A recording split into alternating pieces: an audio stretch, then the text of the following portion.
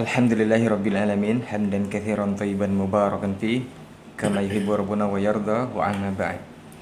91,1 FM Radio Rabbani, merajut ilmu dan peradaban, generasi Rabbani dimanapun antum berada. Jazakumullah khairan untuk antum semua yang insya Allah selalu dalam lindungan Allah Subhanahu wa Ta'ala dan yang tetap setia bersama di 91,1 FM. Alhamdulillah, kita kembali bersyukur kepada Allah Subhanahu wa Ta'ala untuk semua nikmat yang diberikan kepada kita semua di kesempatan hari ini.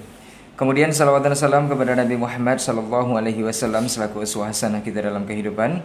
Kita bermohon salawat ini tersampaikan hendaknya kepada seluruh keluarga beliau, kepada para sahabat dan juga kepada orang-orang yang tentunya istiqamah menjaga dan menjalankan ajaran serta sunnah-sunnah beliau hingga hari kiamat nanti. Taib, generasi Rabbani dimanapun antum berada, kaum muslimin dan kaum muslimah, ikhwani wa akhwati fiddin, para pencinta ilmu. Kita kembali di kajian keilmuan bersama guru kita Ustaz Dr. Hidayatullah Ismail LCMA Hafizahullah Ta'ala. Alhamdulillah, kita akan melanjutkan materi mengenai kaidah Al-Quran dalam kehidupan. Ini merupakan poin yang ke-27 atau kaidah yang ke-28. Afwan, untuk antum yang tidak bisa mendengarkan secara langsung di radio, bisa menyimak siaran kami live di laman Facebook di Radio Rabbani 91,1 FM dan juga di halaman pribadi Ustaz. Dan antum juga nanti bisa bertanya seputar materi jika waktu memungkinkan di akhir sesi di 081273335531 melalui pesan singkat di layanan WhatsApp. Taib, untuk tidak memperpanjang mukadimah, kita langsung saja kepada pembahasan untuk hari ini. Kepada Ustaz kita persilahkan, faliyatafadhal mashkura. Bismillahirrahmanirrahim. Assalamualaikum warahmatullahi wabarakatuh. Alhamdulillahi ala ihsanih wa syukru lahu ala taufiqihi wa amtinanih. Asyhadu an la ilaha illallah wahdahu la syarika lah wa asyhadu anna Muhammadan abduhu wa rasuluhu alladzi la nabiyya ba'dah. Ya ayyuhalladzina amanu ittaqullaha haqqa tuqatih wa la tamutunna illa wa antum muslimun. Ya ayyuhalladzina amanu ittaqullaha wa qulu qawlan sadida yuslih lakum a'malakum wa yaghfir lakum dhunubakum wa man yuti'illaha wa rasulahu faqad faza fawzan 'azima. Kaum muslimin rahimakumullah, ikhwani wa akhwati fid din, para pendengar Radio Rabbani 91,1 FM dimanapun berada, hafizakumullah wa ra'akum. Alhamdulillah, puji dan syukur meriah senantiasa kita ucapkan kepada Allah Subhanahu wa Ta'ala atas segala limpahan nikmat karunia yang tak pernah putus kepada kita. Mudah-mudahan kita menjadi orang-orang yang sadar dan mau untuk bersyukur kepadanya, dan kita senantiasa iltizam menjalankan syariatnya. Salawat dan salam tak lupa dan tak bosan kita sampaikan kepada Rasulullah sallallahu alaihi wasallam. Allahumma salli wa sallim wa barik ala Muhammad, kepada keluarganya, para sahabatnya, dan seluruh kaum muslimin yang senantiasa meniti jalan sunnahnya sampai hari kiamat kelak. Kembali kita akan mempelajari kaidah-kaidah kehidupan di dalam Al-Quranul Karim. Sampai pada kaidah yang ke-28, Allah Subhanahu wa Ta'ala menyebutkan di dalam ayatnya, وَلَا تَبْخَسُوا النَّاسَ أَشْيَاءَهُمْ, dan janganlah kalian merugikan manusia terhadap hak-hak mereka. Kaidah ini merupakan kaidah yang terkait dengan realita kehidupan kita, baik itu di bidang muamalah yang merupakan konteks penyebutan ayat ini, maupun di bidang-bidang yang lainnya di dalam lini kehidupan kita. Kaidah yang mulia ini diulang oleh Allah Subhanahu wa Ta'ala di dalam Al-Quranul Karim sebanyak 3 kali, dan semuanya adalah dalam kisah Nabi Syu'aib alaihissalam, yang mana beliau mengingatkan kaumnya jangan sampai kita tidak jujur dalam timbangan, dan jangan kita sampai merugikan hak orang lain. Di antaranya Allah Subhanahu wa Ta'ala sebutkan di dalam surat Al-A'raf ayat 85, Yang kedua di dalam surat Hud ayat ke-85 dan surat Asy-Syu'ara ayat yang ke-183. Nabi Syuaib alaihissalam memberikan nasihat. Dalam ayat ini dia mengatakan, ya qaumi wa auful mikyala wal mizana bil qisti wa la tabkhasun nas asya'ahum wa la ta'thaw fil ardi mufsidin. Wahai kaumku, ya, penuhilah timbangan dan takaran. Jangan engkau merugikan hak-hak orang lain dan jangan berbuat kerusakan di muka bumi. Kaum muslimin, kaum muslimat rahimakumullah. Pesan yang disampaikan oleh Nabi Syuaib pada kaumnya adalah masalah kecurangan mereka dalam takaran dan timbangan, yang ketika itu sangat marak dan tersebar di kalangan mereka. Perilaku yang buruk mereka mencurangi dalam timbangan, tidak jujur di dalam takaran adalah salah satu perilaku buruk yang ada pada kaum Nabi Syuaib alaihissalam. Maka beliau datang memperbaiki kondisi itu dan menyampaikan pesan yang mahal, jangan sekali-kali kita merugikan hak orang lain. Ini menunjukkan bahwa dakwah para nabi dan rasul yang diutus oleh Allah Subhanahu wa taala mencakup seluruh lini kehidupan kita. Sebagaimana dasarnya mereka berdakwah mengajak umat ini untuk mentauhidkan Allah Subhanahu wa taala, mengajak kepada ibadah kepada Allah, membebaskan diri ya dari ibadah kepada makhluknya, dan mengajak kita untuk berbuat baik, dan kita jujur di dalam muamalah kita, di dalam kehidupan kita. Bahkan ada sebagian orang dia tetap beribadah kepada Allah, salat, puasa, namun di dalam kesehariannya terkadang ada perilaku-perilaku yang menyimpang, bahwa dengan mudahnya terkadang dia mengambil hak orang lain, atau dengan mudahnya dia untuk merugikan hak orang lain. Kalau kita perhatikan atau kita renungi kaidah yang mulia ini, Allah Ta'ala katakan, wala tabkhasud nas asya'ahum. Janganlah engkau merugikan manusia, orang lain, terhadap hak-hak mereka. Maka kita akan dapatkan bahwa ayat yang mulia ini disebutkan setelah keumuman larangan untuk merugikan takaran dan timbangan. Maka kaidah ini bersifat global. Setelah penyebutan contoh khusus, sehingga mencakup seluruh bentuk kecurangan dan sedikit banyak ya mewah ataupun hina. Kaum muslimin rahimakumullah, jika kalau sudah kita pahami bahwa cakupan kaidah ini sangat luas, bahwa kasus yang paling spesifik, yang paling rinci adalah kecurangan terkait hak-hak atau harta-harta yang ada pada manusia, maka dapat dipahami pula bahwa jangan sampai kita melakukan merugikan hak-hak yang sifatnya abstrak. Jadi kaidah ini bukan hanya mencakup merugikan hak orang lain dari sisi harta benda yang nampak, namun dia juga sebuah larangan bagi kita untuk merugikan hak orang lain yang tidak bisa dipegang, yang tidak bisa disentuh. Kalau bahasa kita hari ini, hak-hak yang sifatnya konkret fisik itu sangat banyak, ya sangat banyak, dan di antaranya adalah hak-hak seseorang berupa rumah, berupa tanah, berupa kendaraan, buku, ijazah, apapun bentuknya yang bisa kita sentuh, itu tidak boleh bagi kita untuk merugikan orang lain. Karena perbuatan ini tercela di dalam Islam. Perbuatan ini dilarang di dalam Islam. Adapun hak-hak secara maknawi ya juga sangat banyak.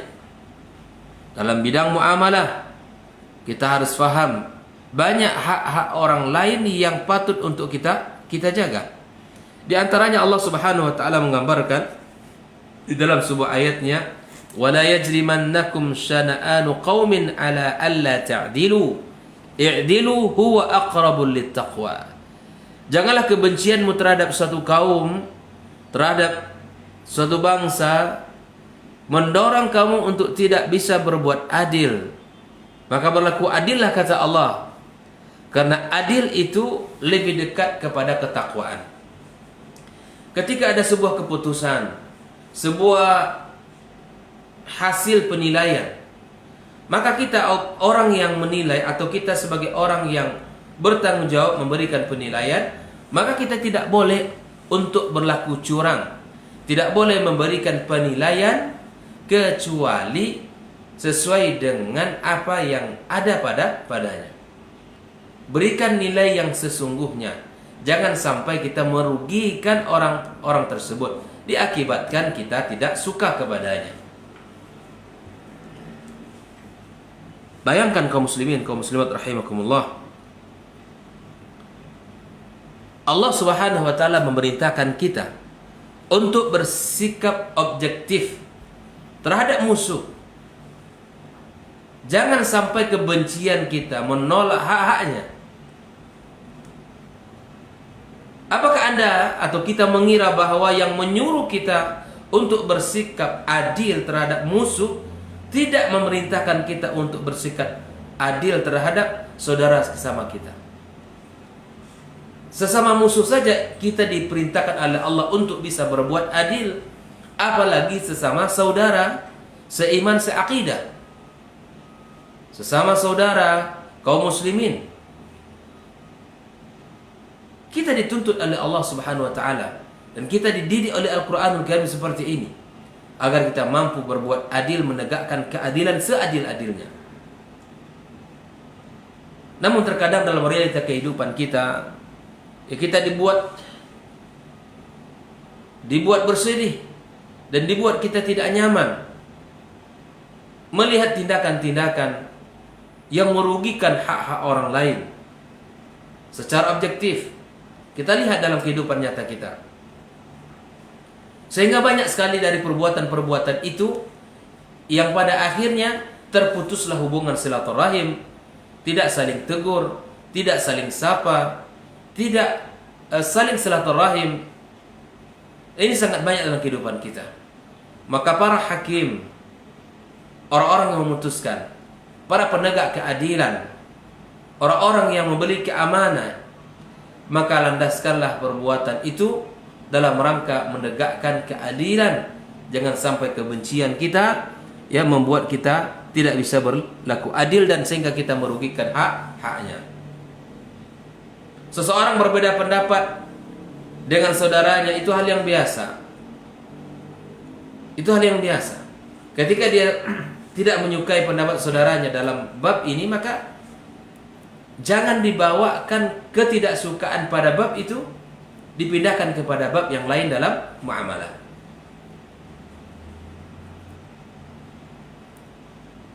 Jangan sampai karena satu kesalahan seseorang lalu kemudian hilang segala kebaikan yang ada selama ini. Jangan sampai diakibatkan keamarahan yang muncul dari kita menghapus segala kenangan indah masa lalu bersamanya. Kaum muslimin rahimakumullah, banyak dalam bab kehidupan kita yang patut untuk kita bisa evaluasi. Jangan dicampur adukkan. Jangan kita gabungkan seluruhnya. Di satu sisi kita tidak menyukai perbuatan itu, maka berikan penilaian pada bab itu. Di saat yang lain kita mendapatkan banyak kebaikan, maka kita harus berani untuk memberikan pengakuan, memberikan penilaian yang objektif dari apa yang dilakukannya. Demikian juga kaum muslimin, kaum muslimat, hal interaksi kita dengan para ustaz, dengan para duat, dengan para da'i, para ulama yang kita kenal, yang selalu mencari kebaikan dan menyampaikan kebenaran. Akan tetapi dalam satu bab atau dalam satu masalah dia tidak mendapatkan taufik, ya, tidak benar dalam menyampaikan. Jangan sampai kesalahan yang sedikit itu yang membuat penilaian kita ini tidak baik keseluruhannya. Jangan kita hapus sejarah kebaikannya. Jangan kita hilangkan ukiran prestasinya yang telah dia lakukan. Tapi berikan penilaian sesuai dengan kadarnya. Perbaiki jika terdapat kesalahan sesuai dengan kesalahannya. Jangan kemudian kita menghilangkan seluruh kebaikan-kebaikan yang pernah ada selama yang dilakukan olehnya. Oleh itu kaum muslimin, kaum muslimat rahimakumullah, agar kita tetap bisa berlaku adil dan agar kita tetap bisa berbuat baik, maka terhadap kesalahan saudara kita yang pertama harus mencarikan uzur. Bahkan dikatakan iltamis min akhika sab'ina uzran. Carilah uzur sebanyak 70 uzur pada saudaramu sehingga kita bisa menerima ya kesalahannya atau kekurangannya. Beginilah Islam cara mendidik kita. Jangan sampai kebencian kita itu membuat diri kita tidak bisa berbuat adil dan kita tidak bisa menegakkan ya kebenaran dan tidak bisa kita berikan hak-haknya. Kaum muslimin rahimakumullah. Sungguh sangat banyak faktor-faktor yang akan membuat kita tidak bisa menegakkan keadilan dan tidak bisa memberikan hak orang lain dengan sempurna. Seperti yang kita dapatkan dalam ayat tadi, di antaranya adalah kebencian, di antaranya perbedaan adat istiadat, perbedaan suku, bahkan mungkin perbedaan agama. Nah, semua itu harus kita sadari. Jangan sampai kita yang mendapatkan amanah untuk menegakkan keadilan, jangan sampai kita memberikan ya keputusan yang tidak adil kepadanya. Kaum muslimin rahimakumullah.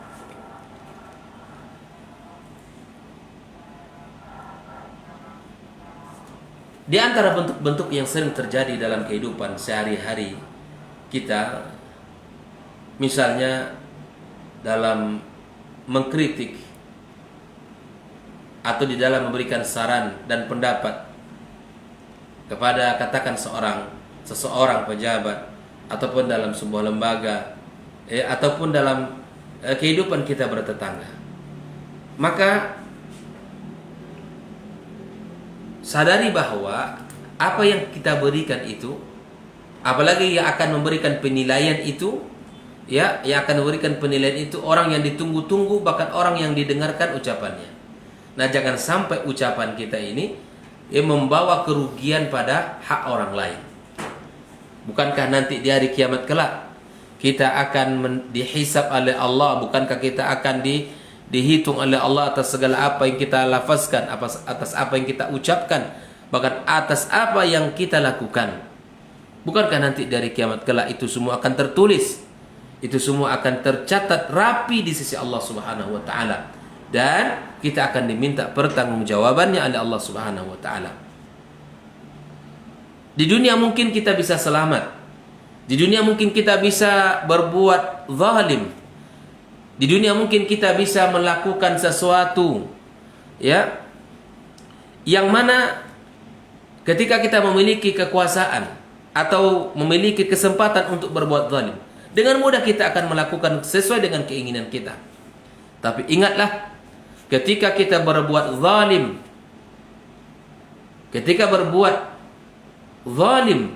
maka ketahuilah kita akan mendapatkan balasan sesuai dengan apa yang kita lakukan. Karena sesungguhnya kezaliman adalah kegelapan di hari kiamat kelak. Allah Subhanahu wa taala berfirman, "Wala tahsabannallaha ghafilan amma ya'maludz zalimun." Jangan sekali-kali kalian mengira bahwa Allah Subhanahu wa taala lalai terhadap perbuatan orang-orang yang zalim. Allah ingatkan kita, innama yuakhiruhum liyaumin tashkhasu fihi al-absar. Sesungguhnya Allah Subhanahu wa taala memberikan tangguhan kepada mereka sampai hari yang pada waktu itu mata terbelalak. Muhti'ina muqni'i ru'usihim, mereka datang bergegas-gegas dengan mengangkat kepalanya. La yartaddu ilaihim tarfuhum wa af'idatuhum hawa. Sedangkan mata mereka tidak berkedip sedikit pun dan hati mereka kosong.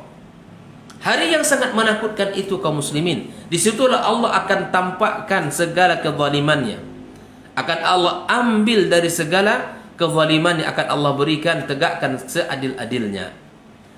Allah juga berfirman dalam bab harta, وَلَا تَأْكُلُوا أَمْوَالَكُمْ بَيْنَكُمْ بِالْبَاطِلِ. Janganlah sebagian kalian memakan harta sebagiannya dengan cara yang batil. Dengan cara yang batil. Wah, masing-masing dari kita sudah memiliki harta, maka makanlah hartanya dengan cara yang baik. Dan jangan makan harta orang lain dengan cara yang batil. Nabi kita sallallahu alaihi wasallam mengingatkan kita bahwa terjaganya darah harta bagi seorang muslim dan kehormatannya.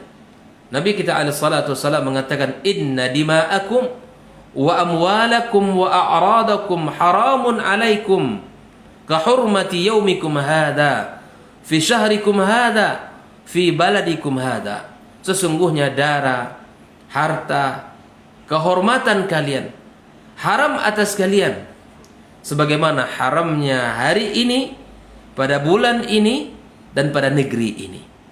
Nabi SAW menyebutkan bahwa darah tidak mudah ditumpahkan, harta tidak mudah untuk diambil, kehormatan tidak mudah untuk dilecehkan. Ini haram untuk kita lakukan. Sebagaimana Nabi SAW ingatkan sebagaimana haramnya hari ini, ya sebagaimana mulianya hari ini, tempat ini, bulan ini. Di dalam riwayat yang lain Rasulullah SAW mengatakan, la yazni zani hina yazni wa huwa mu'min. Tidaklah seorang berzina ketika berzina itu dalam keadaan beriman. Wa la yashrabul khamra hina yashrabu wa huwa mu'min.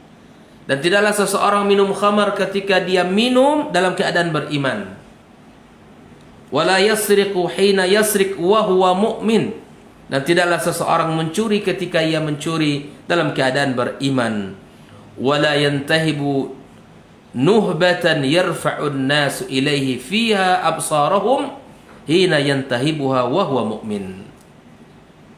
Tidaklah seseorang merampas suatu rampasan yang mana orang-orang mengangkat pandangan kepadanya, melihat kepadanya ketika ia merampas dalam keadaan beriman. Ikhwani wa akhwati fid din. Ada beberapa contoh-contoh yang disebutkan Nabi bahwa orang yang berzina dia tidak beriman, ya dalam keadaan sempurna imannya.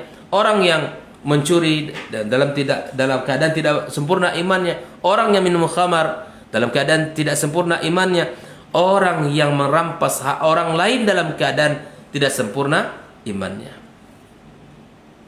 Maka kalau kita melihat secara hukum syariat, haram bagi kita untuk merampas hak orang lain, ya, haram bagi kita untuk memakan hak orang lain dan wajib untuk dikembalikan. Dari Abdullah dari seorang sahabat Nabi sallallahu alaihi wasallam, ya, bahwa Rasulullah sallallahu alaihi wasallam bersabda, la ya'khudhu ahadukum mata akhihi la'iban wala jadan wa man akhadha 'asa akhihi falyaruddaha. Janganlah seseorang dari kalian, kata Rasulullah, mengambil barang saudaranya dalam keadaan bercanda saja, tidak boleh, dengan main-main dan tidak pula sungguhan. Dan barang siapa yang mengambil tongkat saudaranya, hendaklah ia mengembalikannya. Jelas dalam hadis ini, hari ini yang dilakukan orang dalam permainan, dalam bergurau, bercanda, ngeprank saudaranya, tidak boleh. Mengambil HP-nya dalam keadaan canda, mengambil barangnya, kendaraannya dan seterusnya. Apapun bentuknya di dalam Islam, yang mana kita ya mengambil, yang mana itu kita lakukan dalam rangka main-main, ya itu tidak dibenarkan. Apalagi dalam kondisi dibenarkan. Kaum muslimin, kaum muslimat rahimakumullah. Di dalam Islam sangat dimuliakan orang yang menjaga diri, harta dan kehormatannya. Bahkan orang-orang yang terbunuh dikarenakan mempertahankan hartanya memiliki keutamaan di jalan Allah Subhanahu wa taala. Seseorang dibolehkan untuk membela dirinya, hartanya, jika ada orang yang mencoba-coba untuk membunuhnya atau mengambil hartanya. Abu Hurairah radhiyallahu taala anhu berkata, seseorang datang kepada Rasulullah sallallahu alaihi wasallam seraya bertanya, "Ya Rasulullah, ara'aita in jaa rajulun yuridu akhadha mali?" Wahai Rasulullah, apakah pendapatmu jika seseorang datang ingin mengambil hartaku? Seseorang datang untuk merampas hartanya. Qala fala tu'tihi malak. Beliau menjawab, jangan engkau berikan. Jangan engkau berikan. Qala araita in qatalani? Bagaimana pendapatmu jika dia membunuhku? Qala qatilhu. Rasul mengatakan, perangilah dia.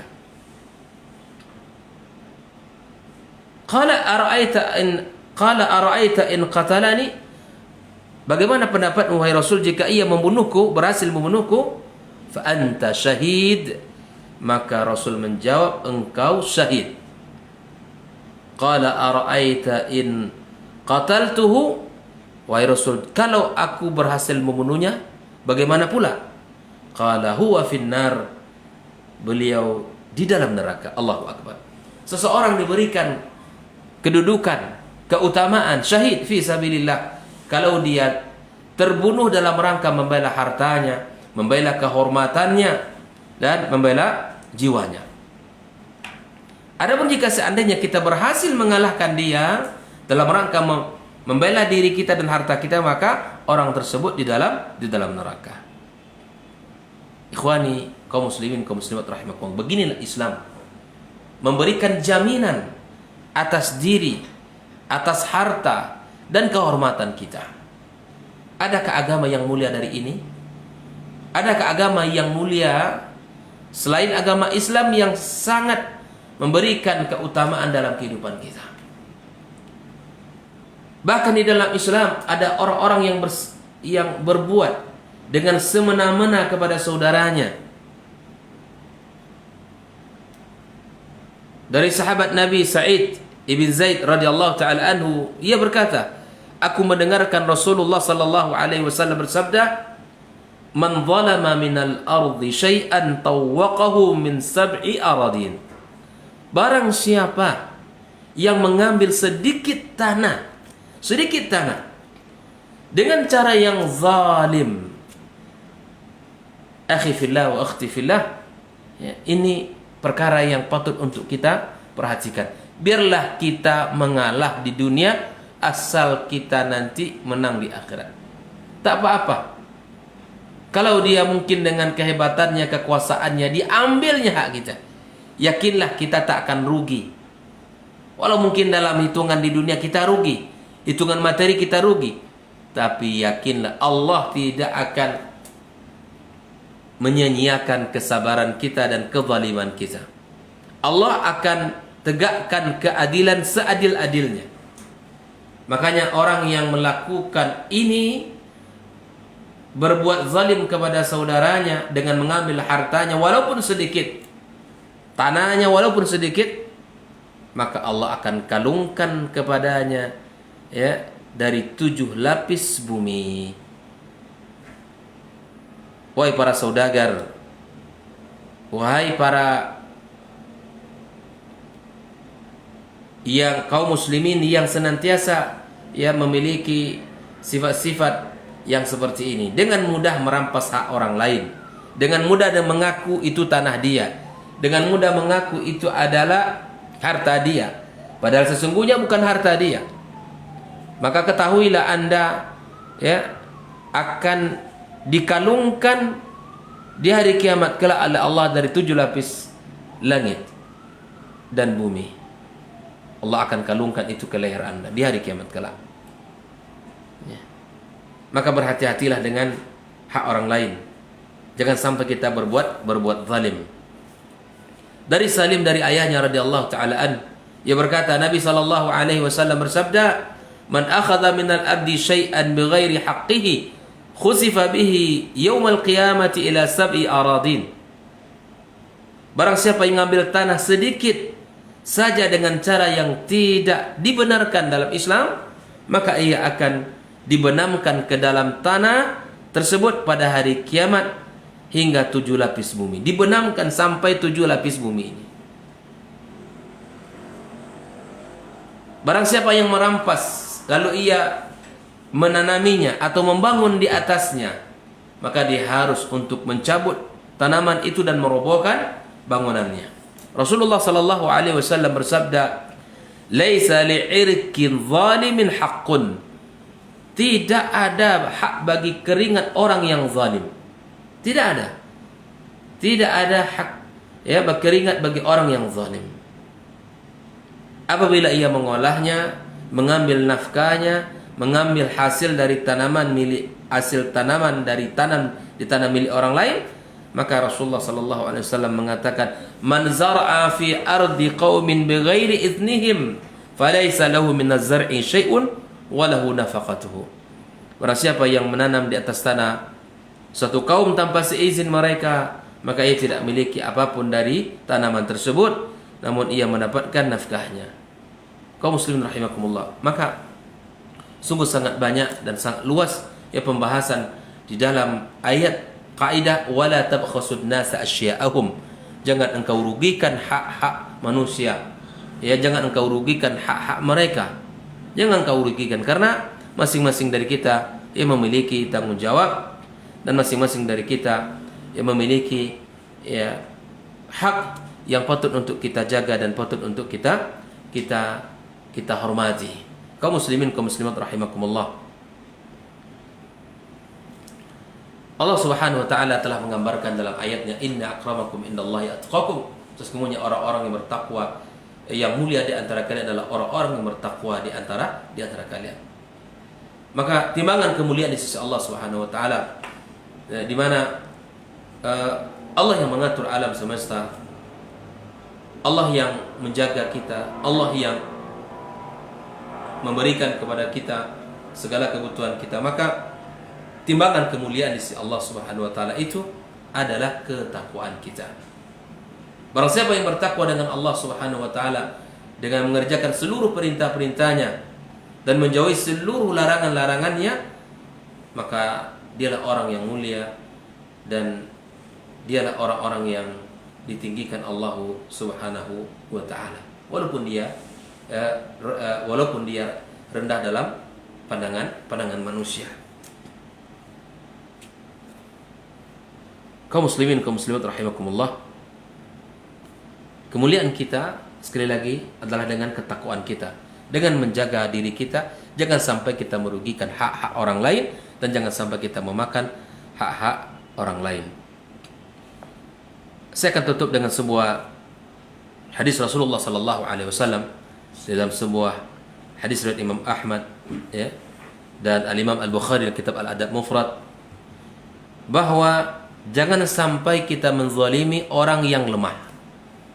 Jangan sampai kita menzalimi orang yang lemah. Kezaliman dalam bentuk apapun kepada siapapun adalah kejahatan yang buruk bagi pelakunya, yang berhak mendapatkan hukuman di dunia ini sebelum mendapatkan hukuman di akhirat kelak. Rasulullah sallallahu alaihi wasallam menyebutkan, "Ma min dzambin ajdaru an yu'ajjila Allah Ta'ala li sahibihi al-'uqubata fid dunya ma'a ma yaddakhiruhu lahu fil akhirati minal baghi wa qati'atir rahim. Tidak ada suatu dosa yang lebih pantas untuk Allah segerakan hukumannya di atas dunia ini bagi pelakunya, di samping azab yang telah Allah sediakan baginya di akhirat kelak, daripada dosa kezaliman dan memutuskan hubungan silaturahim. Kezaliman yang dilakukan kepada siapapun yang menimbulkan petaka dan musibah yang tidak berujung, terlebih apalagi orang-orang yang dizalimi adalah orang-orang yang lemah, orang-orang ya seperti wanita, anak-anak, budak sahaya, orang-orang miskin ataupun rakyat jelata. Ketidakberdayaan mereka tidak boleh dianggap remeh karena Islam telah menjamin hak mereka. Wallahu taala alam bisawab. Semoga Allah Subhanahu wa taala ya berkahi pertemuan kita, dan Allah Subhanahu wa taala jadikan kita termasuk orang-orang yang mampu untuk menegakkan keadilan, dan jangan sampai kita merugikan hak orang lain sedikit pun. Wallahu taala alam. Saya serahkan ke Ustaz Rai.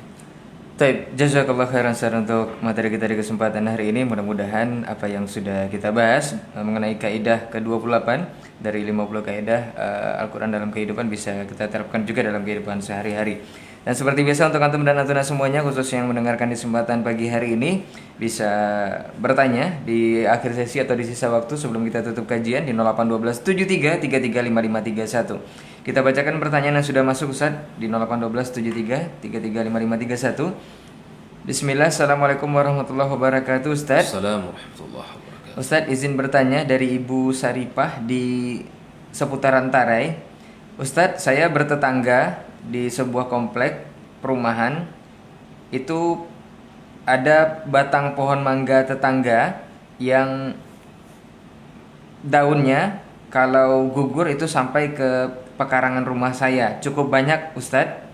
Ini sudah kita komunikasikan dengan pemilik atau tetangga sebelah, tetapi sampai saat ini belum ada tindak lanjut. Bahkan sampahnya ini sampai, atau daun gugurnya ini sampai memenuhi pekarangan rumah saya.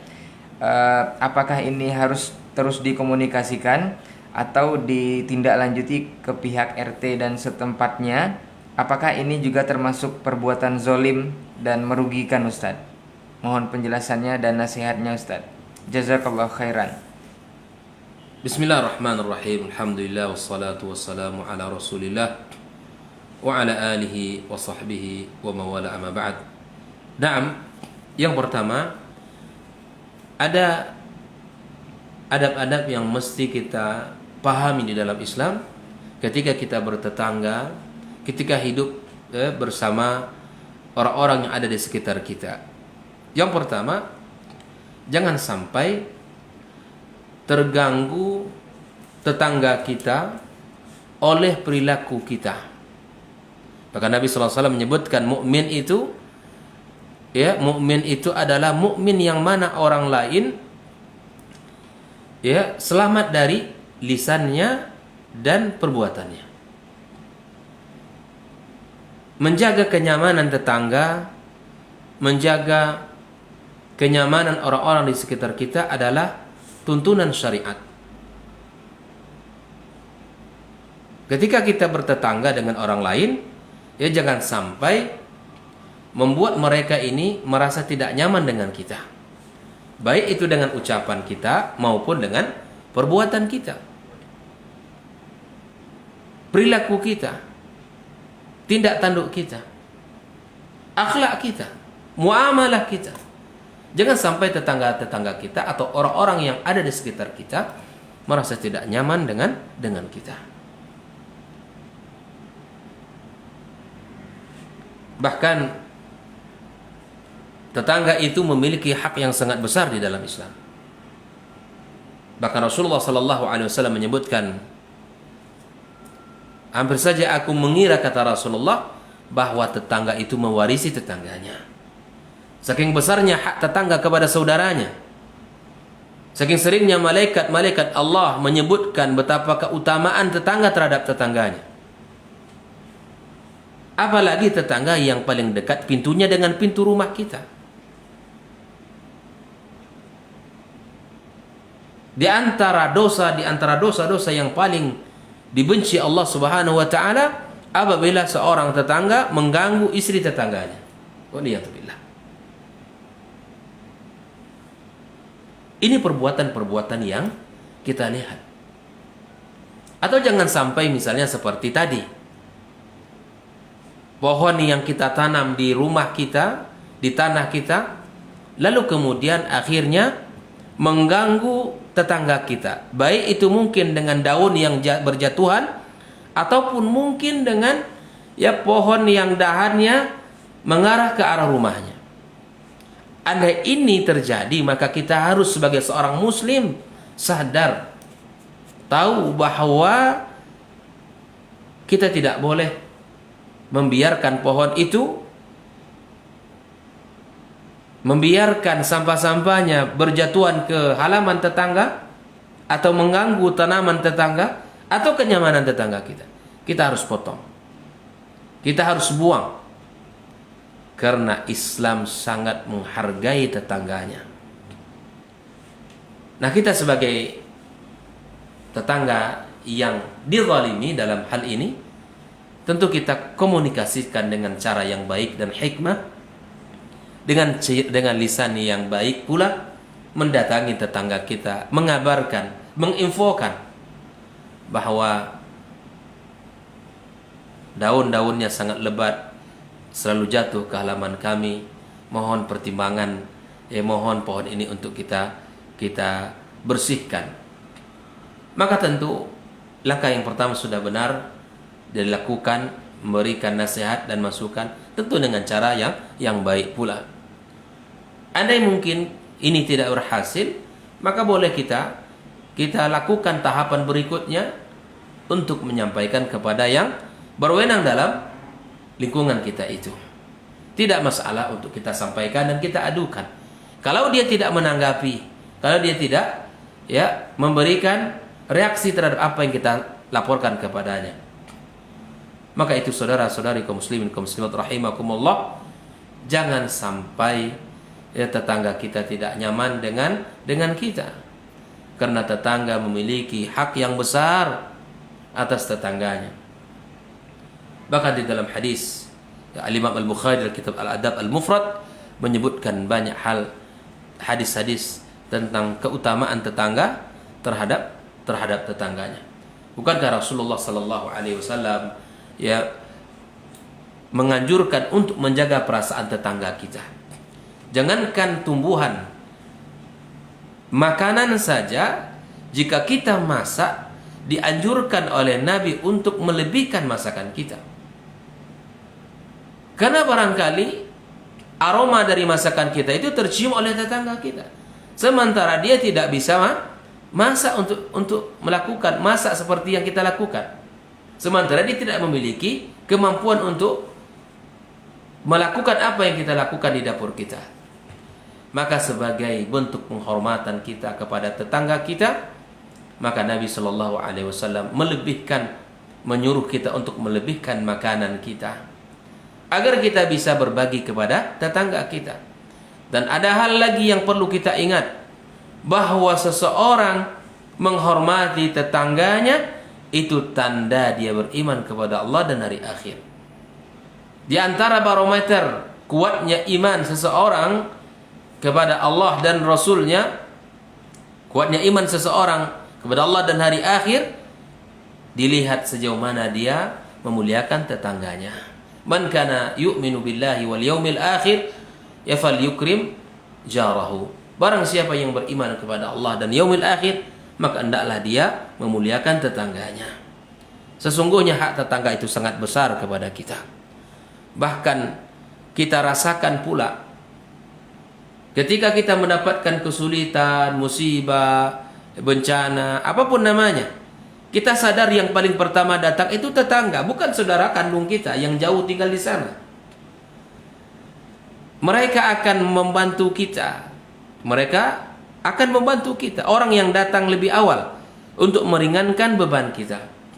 La qadarallah terjadi di rumahnya ya musibah, baik itu dibongkar orang ataupun yang lainnya, maka yang paling pertama yang akan datang adalah tetangga kita. Yang paling pertama menolong adalah tetangga kita, bukan saudara kandung kita yang jauh di sana. Maka perhatikanlah hak tetangga kita, perhatikanlah kenyamanan mereka, perhatikanlah keberadaan mereka. Maka kalau kita sudah menjadi orang yang bisa memuliakan tetangga, maka yakinlah itu pertanda iman sedang subur dalam jiwanya. Oleh itu akhi fillah wa ukhti fillah, ya semoga dengan nasihat ini dan semoga dengan penyampaian ini bisa kita ya berbuat lebih baik kepada tetangga kita dan dekati tetangga kita dengan cara yang bijak dan hikmah. Insyaallah Allah akan mudahkan urusan kita.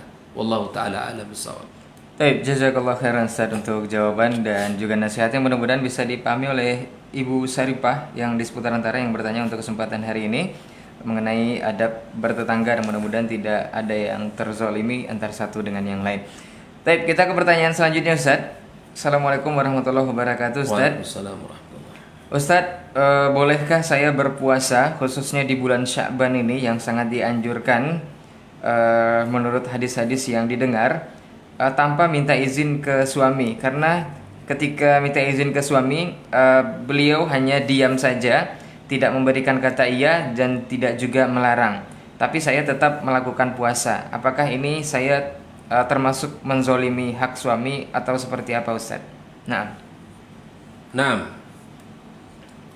Alhamdulillah wassalatu wassalamu ala Rasulillah wa ala alihi wa sahbihi wa mawala amma ba'd. Bahwa para fuqaha telah sepakat di mana seorang wanita tidak diperkenankan untuk melaksanakan puasa sunnah melainkan atas izin dari suaminya, berdasarkan hadis Rasulullah sallallahu alaihi wasallam, la yahillu lil mar'ati an tasuma wa zawjuha syahidun illa bi idnih. Tidaklah halal bagi seorang wanita untuk berpuasa sedangkan suaminya ada di rumahnya, kecuali atas izin suaminya. Dalam lafaz lain disebutkan, la tasumul mar'atu wa ba'luha syahidun illa bi'ithnihi ghaira Ramadan. Tidak boleh seorang wanita berpuasa selain bulan Ramadan sedangkan suaminya sedang ada, artinya tidak bepergian, kecuali atas izin suaminya. Inilah hadis yang memandu kita agar setiap wanita yang berpuasa sunnah mesti minta izin kepada suaminya.